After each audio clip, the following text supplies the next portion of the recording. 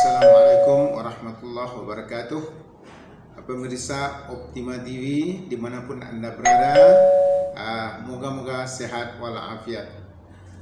Kita bertemu kembali dalam pembincangan diabetes. Kalau kemarin saya menerangkan kenapa luka diabetes itu susah untuk sembuh, terutama di kaki, sebab-sebabnya juga sudah saya beritahukan. Maka sekarang saya akan membahaskan kenapa luka diabetes itu terutama di kaki cenderung menghitam. Kenapa luka diabetes di kaki itu cenderung menghitam? Diabetes sebenarnya ada dua, digolongkan kepada dua. Satu, diabetes basah, yaitu yang cenderung untuk basah, berair dan bernanah, kemudian susah untuk sembuh. Kemudian sampai diamputasi. Yang kedua dipanggil dengan diabetes kering. Diabetes kering dia tidak luka, tetapi kulitnya terutama di kaki di bahagian ujung itu cenderung menghitam, dan lama-kelamaan jari jemarinya itu akan hitam dan boleh nanti jari jemari itu jatuh, patah. Sekarang kenapa jari jemari orang diabetes itu menghitam dan bisa jatuh sendiri? Ibarat ranting kayu. Kalau kita lihat ranting kayu yang sudah tidak begitu dialiri oleh air atau makanan atau oksigennya, maka dia akan mati pelan-pelan. Perlahan-lahan dia akan mati, mengering, dan daunnya akan gugur, kemudian ranting itu pun akan patah.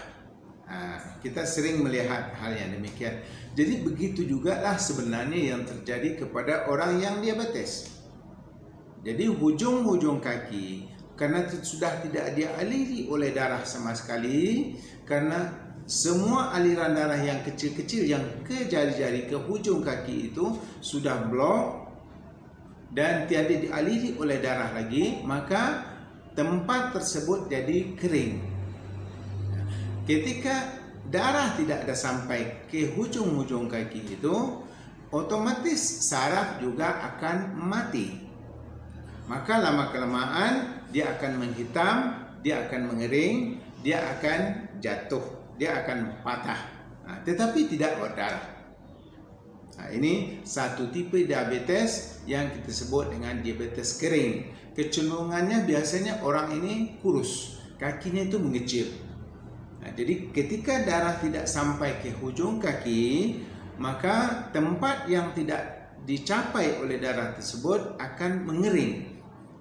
Begitu juga fungsi saraf akan mati. Saraf akan mati dan fungsinya akan terganggu. Kemudian pembuluh darah, karena pembuluh darah dan saraf di sana sudah tidak berfungsi, tidak adanya darah yang sampai ke tempat tersebut, ke jari-jari tersebut, maka jari jemari orang ini akan berangsur jatuh satu demi satu. Jadi karena ketiadaan oksigen, ketiadaan zat-zat makanan yang dihantar oleh darah, karena darah sudah blok sampai ke bahagian hujung kaki, maka terjadilah pengeringan dan menjadikan orang tersebut kurus, dan warna jari jemari tersebut akan menghitam dan dia akan mengecut, dan kemudian dia akan patah, dia akan jatuh, dia akan tertanggal daripada bahagian kakinya, kemudian dia akan mengering. Berbeda dengan yang sebaliknya, diabetes basah itu biasanya bernanah.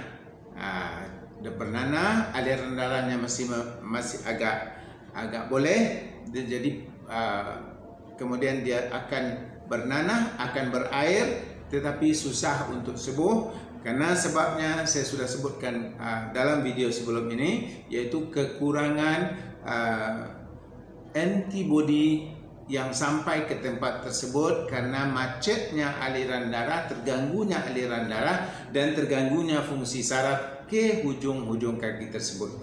Jadi yang menghitam tadi karena tiadanya aliran darah, berhenti totalnya stopnya aliran darah ke bahagian ujung tersebut dan tidak terganggunya fungsi saraf, maka terjadilah menghitam dan putusnya, jatuhnya, bergugurannya satu demi satu jari-jari tersebut seperti jatuhnya ranting kayu yang sudah mati.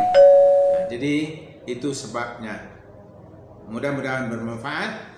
Assalamualaikum warahmatullahi wabarakatuh.